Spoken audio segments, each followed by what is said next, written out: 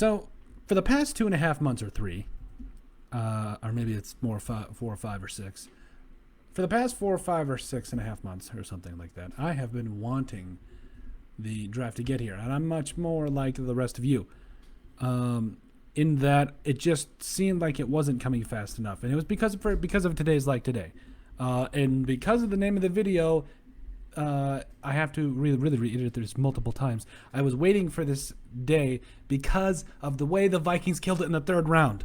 Not exactly. I really just wanted the draft to be here, but we'll get into it. Make sure, but before we get into it, make sure you guys like and subscribe down below. Leave a like and a comment. It helps people find the show. We greatly appreciate all the support we've gotten, and we look forward to continuing coverage of the draft for you as well. Now, have to be honest. I was going in today after the first round. The Vikings traded down from 14. They, somehow magically were able to get Rashawn Slater at 23 instead of 14 because the entire offseason we're thinking the same thing. Okay, it's 13. It's Rashawn Slater, and then after that it's Christian Darrisaw. Excuse me, the Vikings got Christian Darrisaw, not Rashawn Slater. The entire draft we're thinking, okay, Rashawn Slater, then Christian Darrisaw at 14 if that's the way the board falls out. But then the Vikings traded the pick, and Elijah Vera Tucker went to the Jets. I'm thinking, there's so much going on in my head right now. I thought my tiny little brain was going to explode because I didn't know what was going on. So I'm thinking, okay, there has to be something that the Vikings can do here. They traded down 9 spots, got Christian Darrisaw. Rest is history. So then the second round comes around tonight. I'm thinking, okay, they have got, I think it was 4 third-round picks, 3 fourths. I'm thinking they have some draft ammo. They can trade back up into the second round, and please do something. Nothing. Not even one single trade in the second round. Okay, all right, we'll give them the benefit of the doubt. Maybe there's something in the war room that we're seeing. And then the first pick, well, the Vikings' first pick, the second pick of the 3rd round came down. The Minnesota Vikings selected Kellen Mond. I was against it originally. Against it. A little bit of a background on Kellen Mond. 4-year starter at the Texas A&M.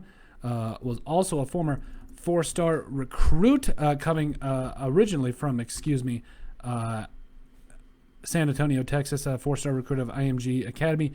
I'm thinking, okay, I don't hate the pick, but I get it. They're also planning for the future. A guy that threw for over 9,660 yards in college, also threw 71 touchdowns and 27 interceptions. Also had a quarterback rating of 132. I'm thinking, okay, we don't need to freak out yet. They got what they can consider a franchise quarterback. I like Mond. I think he can definitely make some plays. He's got a good arm. I think he's a running quarterback. He's not.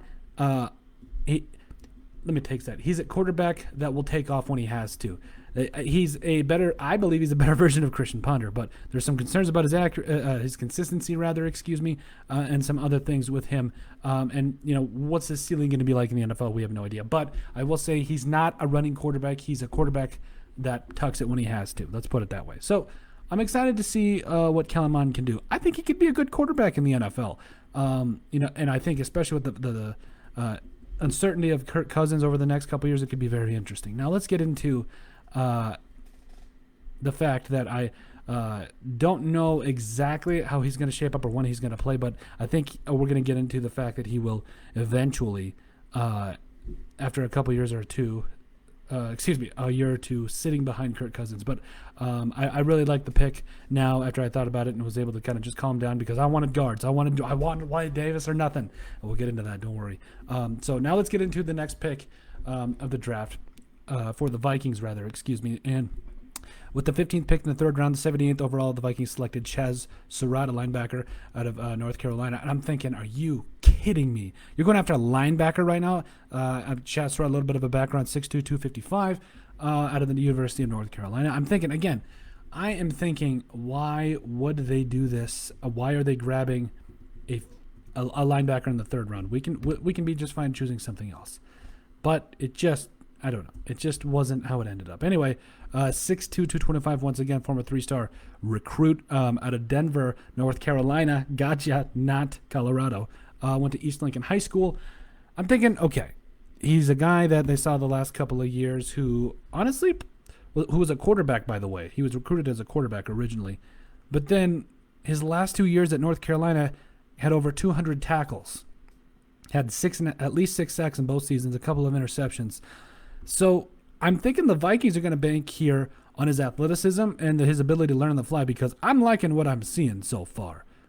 Looks like Chaz Surratt could be a very surprising player and is still learning the position right away. I'm excited to see what he does in the NFL, especially with Mike Zimmer and that coaching staff going after it, and Adam Zimmer as well as his coach. I'm excited to see what Chaz Surratt can become. I mean, you talk about a guy that's fast, not like a physical specimen, but he's fast, he can cover, and he's not afraid to hit people. I love it. I love it. So then I'm thinking, okay, we have to, with one of these next 2 picks, we have to address guard or interior offensive lineman. Please. Okay, Kareem Humphrey at this point is already off the board. A plethora of other players that I really wanted the Vikings to get are already off the board. I'm thinking, okay, what is next? Why are we not trying to go get this guy? I mean, Quinn Miners was still on the board, but everybody was still on the board. Wyatt Davis, Quinn Miners, Ben Cleveland, everybody. I'm thinking that's going to be a third. Kendrick Green. I mean, the list goes on. So then I'm sitting here with my fiance, my beautiful fiance, and I'm thinking, please, you can. This is God's honest truth. I'm sitting there. I'm like, God, please let the Vikings just this one time get an interior offensive lineman that can do something, make a difference. It's not going to be the next Pat Elflein. And I think God is a funny way of answering your prayers, because that's exactly what they did. So I'm extremely excited. They drafted Wyatt Davis, former All-American out of the University, out of the Ohio State University.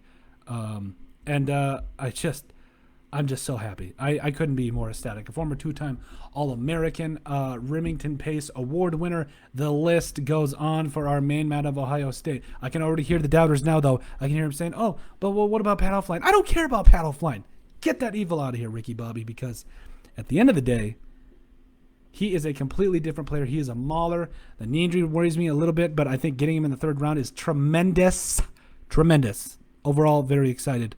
Man, it's just I didn't think it could get any better. I was like, okay, we got a future quarterback. Okay, I'm excited about that. Chaz Surratt, linebacker. Maybe take a year or 2 to coach up, and then boom, he's flying around hitting people. And the Wyatt Davis, I mean, I'm thinking they're killing it. That's it. They can trade out of the 3rd round and they can just be done with the draft. Just trade all their picks for next year, so they can do their thing. And okay, that's what I was kind of expecting. But they had one more pick in the 3rd round, excuse me. So I'm thinking, okay, what are they going to do here? Well, with the 27th pick in the 3rd round, 90th overall, the Vikings selected Patrick Jones II, edge rusher out of the University of Pittsburgh, or Pittsburgh University, I believe. The University of Pittsburgh, I believe, is actually what it is, but it doesn't matter. Here's the thing about Patrick Jones. Patrick Jones has this edge to him that it is this is the last play we'll ever have, or that, and that's it. This is the last play. This man plays like there is no tomorrow. Now, does he have some refining to do? Yes. Does he have some things to learn? Yes. But we're talking about a guy that had 17 and a half sacks over his last 2 years at Pitt. We're talking about a guy that had over 80 tackles, had over 24 tackles for loss. And if you watch his tape, his senior year, you just see a guy that is just rearing to get after it. Every single play is his last play, and I absolutely love it. So that kind of concludes my thought of the Vikings killed it in the 3rd round. Now we're going to day 3, the 4, 5, 6, 7s. I'm personally, the Vikings, I believe, have 3 picks, 3 4th round picks off the top of my head.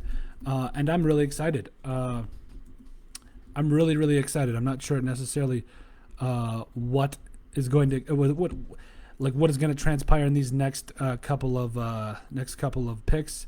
But it's absolutely fantabulous. It really is. They do have 3 4th round picks, 2 5th, and a 6th remaining. So, I mean, you talk about 6 picks remaining in the last day. That's awesome. I think the Vikings have a lot of talent. They've clearly made it out with 4 guys here that, I mean, I was thinking, get back in the second round. What are you doing? Quit messing around. But they went out there and they made things happen, and I'm extremely excited to see what happens moving forward. But let me know what you guys think. What's your guys' overall grades on the Vikings? 4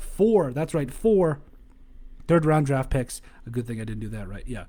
4 third-round draft picks. Let me know what you guys think. Make sure you guys like and subscribe down below. Also, leave a like and a comment. It helps people find the show. Greatly appreciate all the support we've gotten. Once again, we always leave our ads and our handles, down for social media down in the description down below. Make sure you guys check out our website at thesportsbriefpodcast.com. And also listen to us on iTunes. And with that, go out, have a great rest of your night, and enjoy the last round of the draft coming up tomorrow night.